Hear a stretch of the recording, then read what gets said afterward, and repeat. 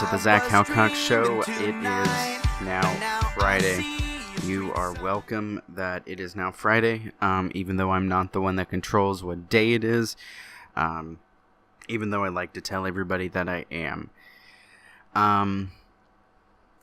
So, I hope you're glad that it's Friday, and I hope you're glad that you're watching this show.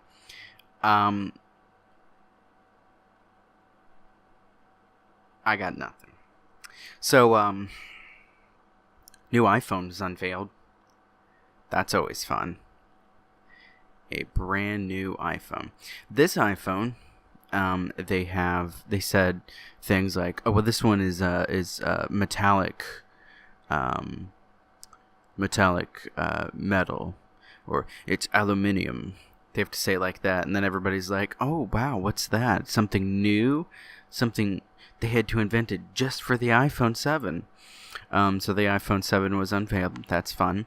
And like everything that they said at the thing, the whatever you call it, they're like, look at this. This one is it's black, and then we have another one that's called chromium black, and this other one is called shiny black, and everybody claps and they all act like it's something new, something amazing, but really it's just a phone. So that's always interesting, why people, I think people just tend to buy a new iPhone just because it's an iPhone, but I literally do not know. I would say, yeah, I think most people do. I have an iPhone 6S, and I love it. It's a really nice phone. The only problem that I have with it is that it doesn't have enough storage space. Literally, I couldn't put enough stuff on it as my HTC phone, which actually, surprisingly, I'm using to record this video because my DSLR didn't have freaking enough space. Or not enough space. It didn't have enough battery power, because I couldn't find the battery charger, and I'm like, nice. So I had to record it on my old phone. So it's actually being propped up by the DSLR, which is always interesting. We always like to go with ghetto around here. Really interesting technology we have around here. We have the best technology that there is. Top-notch stuff. Literally things that you can't find anywhere else. The best ghetto technologies that we jerry-rig. And what my grandpa calls it is something I'm not allowed to say. Because it might be considered hate speech. And then my video might not be able to be monetized, because then YouTube's going to be like, well, it's not ad-friendly content. Anyway. But hey, that's an interesting thing that we should start with. YouTube has recently started, they didn't start, some videos have been stricken for not being family friendly and not following the guidelines and not being advertiser friendly. Well, people are like, well, why are they doing this? Why have they just started doing this? And it's not that it's a new thing that YouTube has started doing. It's a thing that YouTube has always had. It's just not been enforced because the system was not properly set up for that. But now it is, and now it's striking people's videos, and they're like, but why? And it's supposed to be anything that's deemed sexual, anything that's maybe offensive, anything political even. Which is really interesting. And people are like, yeah, well, we're not going to YouTube anymore. We're leaving YouTube. Like, those are like the same type of people who are like, if Donald Trump is elected president, we're going to Canada. Even though we know that he's going to get elected, the very next day they're going to get up and they're going to go to work, and nothing different is going to happen. They're not going to apply for Canadian citizenship. They're not going to do anything. However, the same thing could be said about me. I think if Hillary, I say, and I have said, to friends and family and whatnot, if Hillary Clinton becomes president, she's elected president by some crazy thing, I'm moving to Canada. I can apply for Canadian citizenship online, which, by the way, I qualify for, because I'm not a felon that they know of. And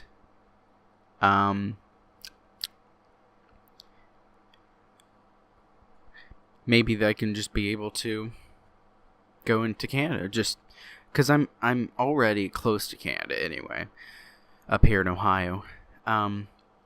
So literally all I have to do is, I think that's how geography works, is I just have to go up past the, I just go up, and then I know all about history. I know all these different stories that nobody cares about, and sometimes I'll be like, let me tell you a story, and then I have nothing.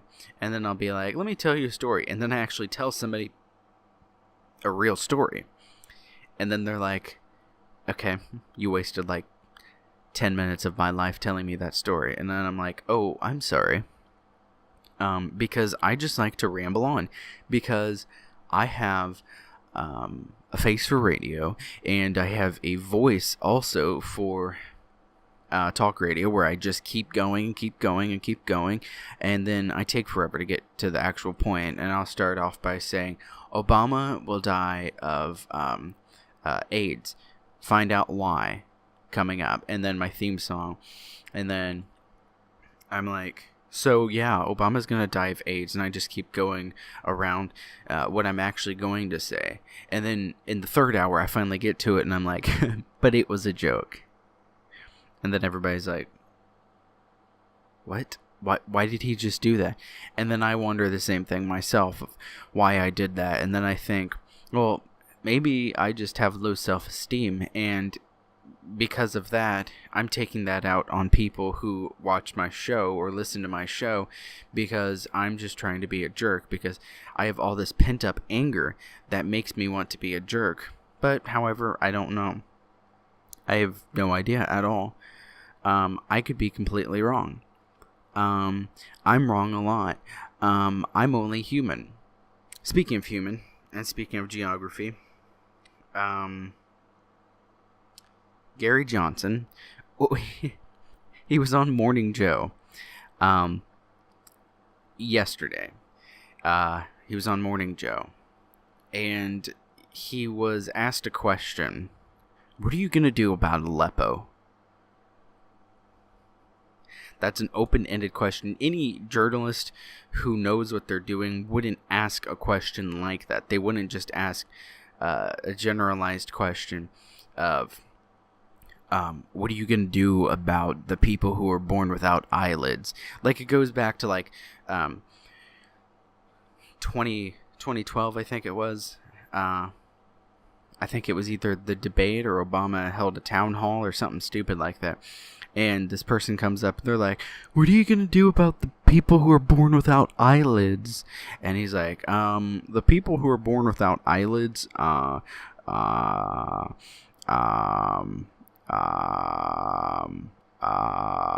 they're really important, and we have to do something about it. And then everybody, like, cheers and stuff. And then it's like, he said nothing. But, and then there'd be, like, somebody would get up and they'd be like, that reminds me of something. Somebody would ask him a question, and they're like, as president, in your second term, what are you going to do about, people who like to drink out of styrofoam cups, knowing that styrofoam kills them, and then they poop it out, and then it kills the water, and it kills their toilet, and it kills the piping, and then it kills the sanitation plants, and then they clean it up, but they don't really clean it up, and then the poop is actually still in there. So then what they actually do is they just spread the poop around and make it even more dirty, and then people drink the water, and then they get infected, and then they die. What are you going to do about that? And then he's like, water's important. just like at the Republican National Convention. And the Democratic National Convention was the exact same way. Somebody'd get up and they'd like, I like tacos. And everybody would yell and scream like, yeah, I like tacos too, yeah. And then I'm like, what is going on? What is even happening right now? Oh my gosh. But anyway. A journalist who knows what they're doing, a journalist that isn't biased, a journalist that isn't trying to trick them into something, wouldn't say, what are you going to do about Aleppo? What are you going to do about teenagers with cell phones? And then he says, his response is, Aleppo. And what is Aleppo? Like he's supposed to know. Like any normal American knew what Aleppo was. Me, did I know what Aleppo was? No, I heard that and I'm like, what? Literally, what is Aleppo? I was thinking the same thing. I didn't know what Aleppo was. And I guess it's somewhere in Syria. And why is Aleppo so much different than all the rest of Syria? The question should be, what are you going to do about all of Syria? But what's interesting is he's trying to say, well, since you're on the right, because you're a libertarian, that means that you're going to get us into a war. When it's been shown time and again that Democratic presidents get us into wars because we try to ignore what's going on, just like what England did. They tried to ignore what was going on, and then they did that, and they kept doing that, and they kept doing that, but everybody knew what was actually happening, and they had the signs, keep calm and carry on. When really, it should have been open your eyes, because they weren't actually seeing what was happening. Or they were seeing what was happening, but they weren't being told the truth. They were being told, everything's fine. Just go to your air raid bunker. Go there. And then when the air raid sirens are done, you can come out and everything's going to be just fine. But everything wasn't fine. That's the problem that we have, is that democratic governments get us into this idea. Nothing's going on. Everything's just fine. And that's what America was doing. And then Pearl Harbor happened. And then it was like, wait, whoa. Because we said, we're not going to get into this battle. But we got into it because we were attacked. Every time we're attacked, we have to fight back in a way that makes sense, in a manner that is according to what has happened. We have to respond in an equal manner, in a manner that defeats our enemies instead of them defeating us. Because if they attack us, that's us being defeated if we don't attack back. That is why we have gotten into all these problems. Because democratic government, democratic leaders say, nothing's going on, everybody calm down. Boom, we get attacked. We thought we were perfectly fine. And we thought we were perfectly safe. Unknowing that the president before, George W. Bush, was almost killed. Because bin Laden, before he was so big and important, tried to kill him. He tried to kill Bill Clinton. But they figured it out, and they knew what was happening, and he said, nothing's going on, calm down.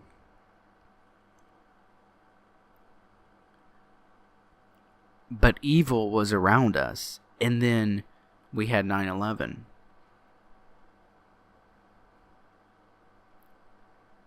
We can't get into the idea that everything will be just fine no matter what we do.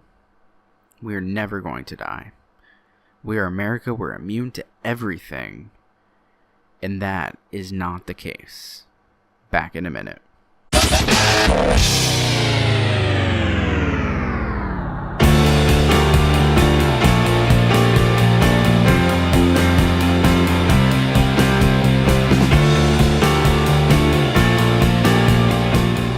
Zach Halcon Show. Have joy, speak truth. On the Cobalt Radio Network.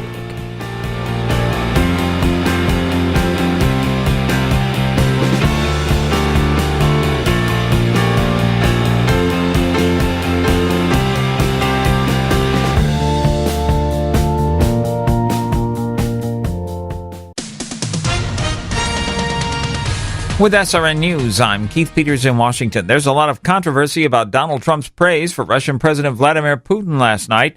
Democratic presidential nominee Hillary Clinton says Trump was both profoundly wrong and unpatriotic when he said Vladimir Putin is a better leader than President Obama. It is scary. It is dangerous. It actually suggests he will let Putin do what Putin wants and even make excuses for him. And House Speaker Paul Ryan, the top Republican in Washington, wasn't exactly enthusiastic about the comments either.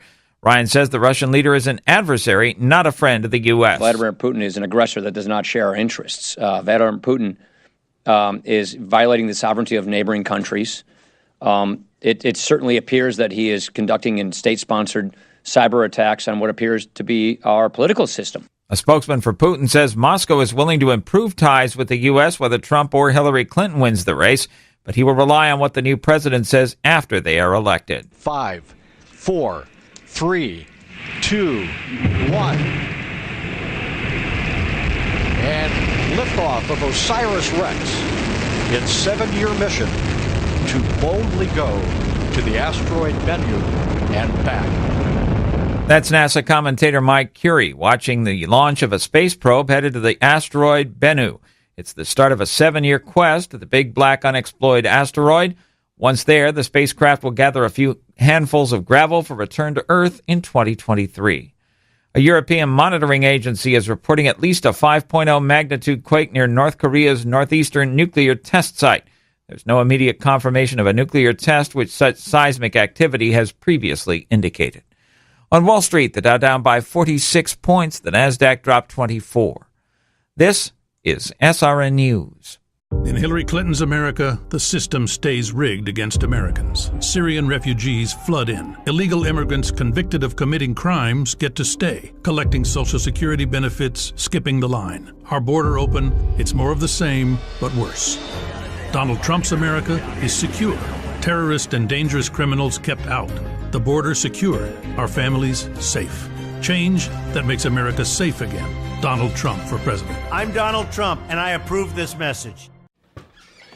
Hey! Oh, looks like you got a lot of stuff. All thanks to my credit card.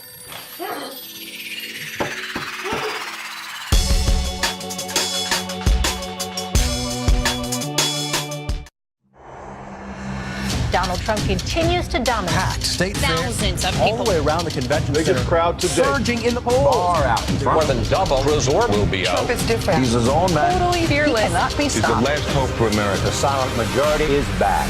I came to hear Donald Trump's business plan for America. It's really cool to hear him actually speak the truth. Sounds like it is. America, great. As a guy who's an international student, Trump is speaking out the truth. He wants to make America great, and that's what I want to. What's more fun than a Trump rally, right? We have a country that we're proud of and that we love and that we're not going to lose. There is an assault on everything that we stand for, and we're going to stop the assault. We have a movement going on, folks. 20,000 people in Dallas, 35,000 in Mobile, Alabama. This whole arena packed, and we're sending people away. We're winning in Iowa, New Hampshire, South Carolina, North Carolina, Florida, Texas. It's been wild. His passion is the fabric of America. Work ethic, dreams, drive, and faith in the Almighty. Are you all ready to make America great again? We're going to bring back our country. We're going to bring our jobs back. We're going to bring our manufacturing back. We're going to start winning again.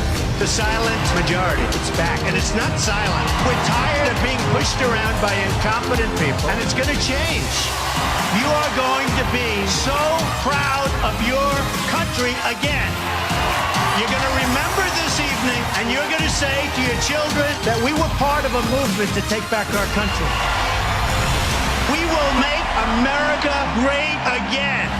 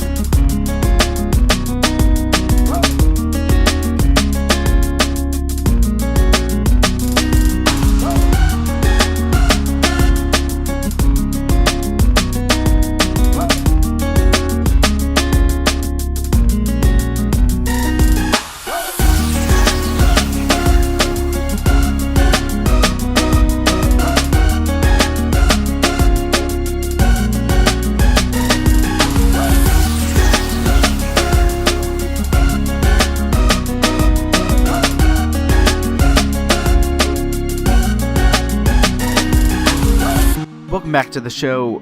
So, a CNN poll came out today saying that millennials are becoming more conservative, which makes sense because after years of seeing Obama, I think people are starting to realize that Obama and Democratic ideas are not the way that work. They don't work. It's everything that takes an economy to work. Everything that just completely works.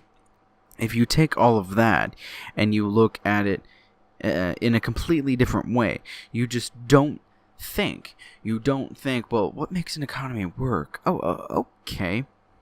So you do the opposite of that. That's what Democrats do. Hold on, let me find it.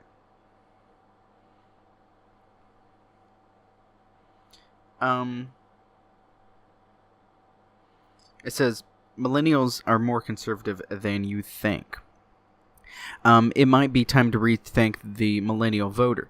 A new paper suggests that Americans are more politically polarized than they've been in the past 46 years, and millennials are guiding this trend. The young adults who were born between 1980 and 1994 are currently more politically polarized than Generation Xers and baby boomers, according to the paper, which was published in the journal Personality and Social Psychology Bulletin on Wednesday.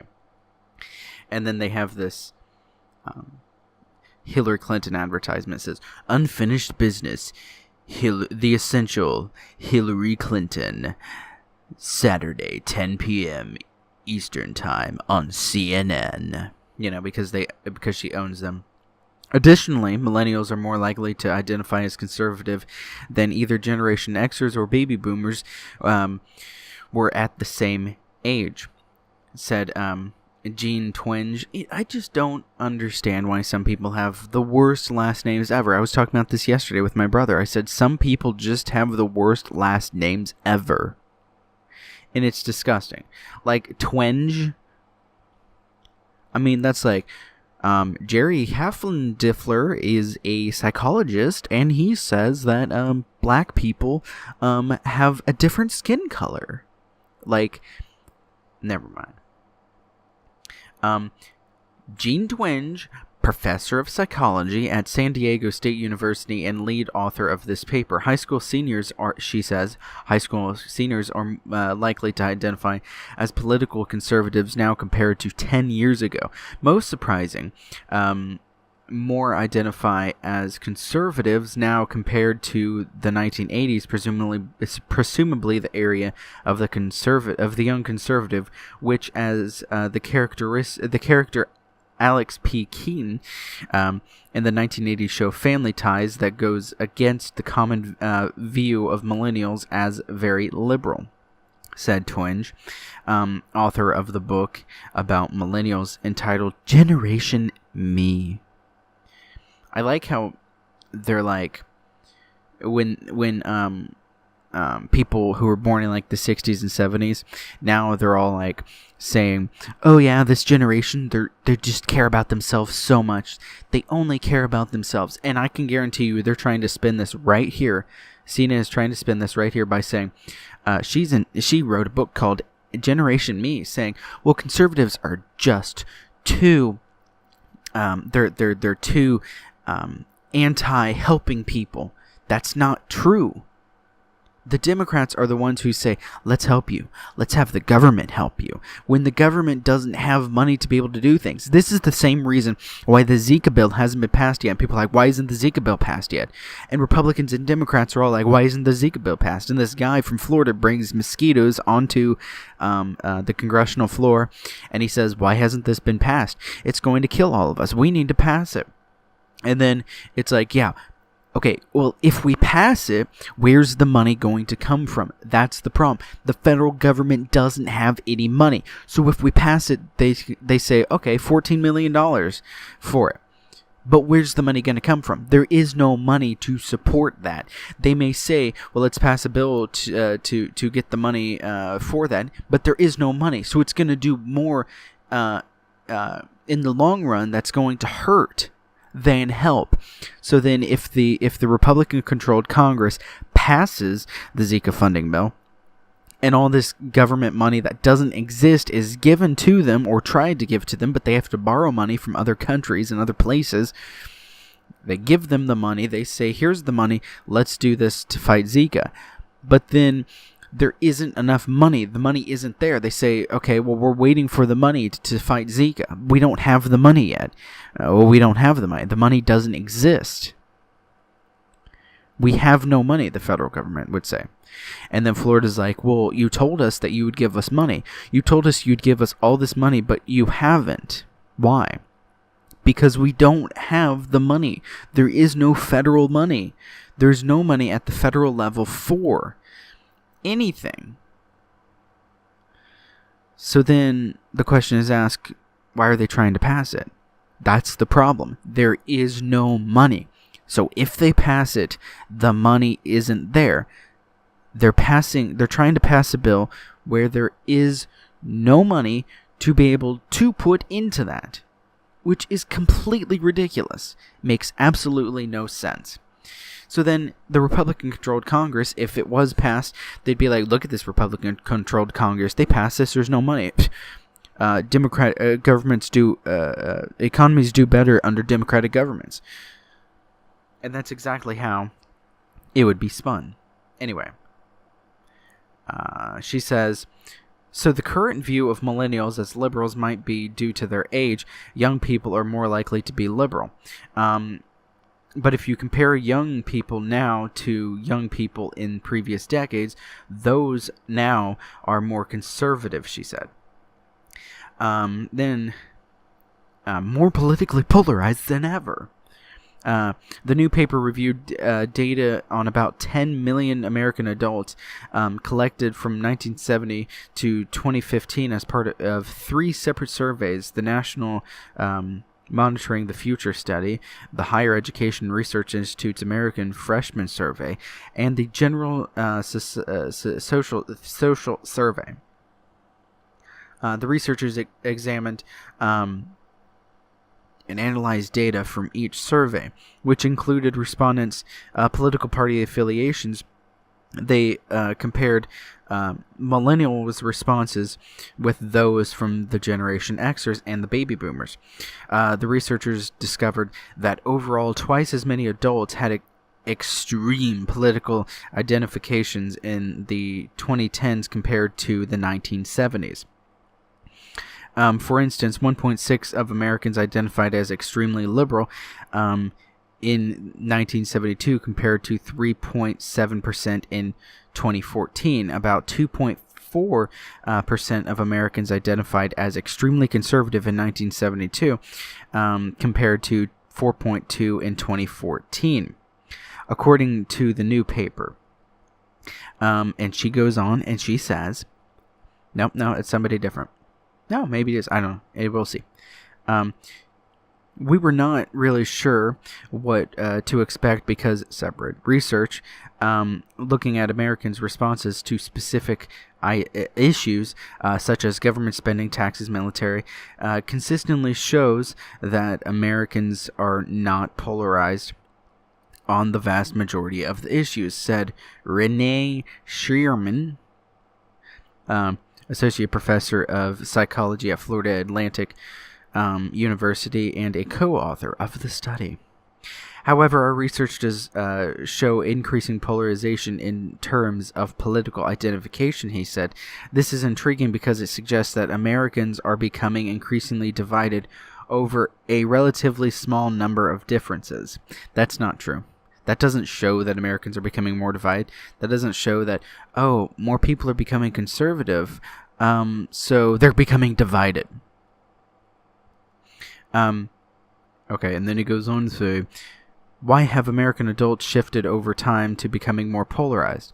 Why is it that people think this is a very biased report from CNN? I thought it wasn't going to be, but it looks like it is. And he says, oh, well, people are becoming more polarized. They're getting too involved in politics, the wrong politics, and it's all wrong, and they're becoming more divided, and it's terrible for our country. And he says follow-up research is needed to find a definite answer. But there are some reasons. There are some correlating factors. Sherman said. Small differences between groups can give rise to polarization as leaders repeatedly emphasize those small differences and members rally around them, Sherman said. So basically he's saying, Donald Trump is saying some crazy things, and the people are like, yeah, he's right, which is not what's happening at all. People are actually looking at what he's saying. At first, I didn't trust him. I didn't want Donald Trump to be president. I did not even think Donald Trump could ever be president. However, he's going to be president. For instance, Twinge said, we know from our research that the millennials are more supportive of LGBT rights, gender equality, and racial equality compared to previous generations. Given that, it suggests that millennial conservatives may be focusing on issues other than these, for example, economic issues, gun rights. Because LGBT issues, apparently those are rights. And yes, given the idea that all men are created equal and endowed by their creator, meaning, yes, the person does have a right to like who they like, love who they love, and marry who they want to marry. And that's not the place of the government to actually do anything as far as saying you're not allowed to marry this person, you're not allowed to do that. And that's when we have the issue of trying to control people, because marriage was created as a way to say, yeah, you're going to file, joint tax returns. Also, you're going to make us a little bit of cash in the process because the government created marriage. That's the reason why.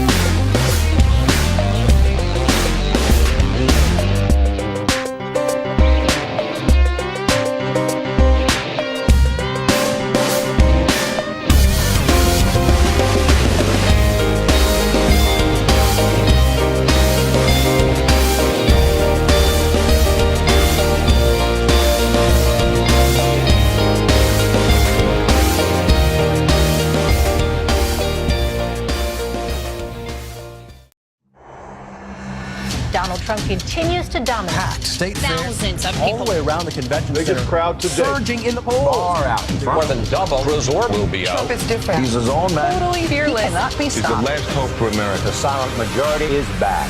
I came to hear Donald Trump's business plan for America. It's really cool to hear him actually speak the truth. Sounds like it is. Make America great. As a guy who's an international student, Trump is speaking out the truth. He wants to make America great, and that's what I want to. What's more fun than a Trump rally, right? We have a country that we're proud of and that we love and that we're not going to lose. There is an assault on everything that we stand for, and we're going to stop the assault. We have a movement going on, folks. 20,000 people in Dallas, 35,000 in Mobile, Alabama. This whole arena packed, and we're sending people away. We're winning in Iowa, New Hampshire, South Carolina, North Carolina, Florida, Texas. It's been wild. His passion is the fabric of America. Work ethic, dreams, drive, and faith in the Almighty. Are you all ready to make America great again? We're going to bring back our country. We're going to bring our jobs back. We're going to bring our manufacturing back. We're going to start winning again. The silent majority, it's back. And it's not silent. We're tired of being pushed around by incompetent people, and it's going to change. You are going to be so proud of your country again. You're going to remember this evening, and you're going to say to your children that we were part of a movement to take back our country. We will make America great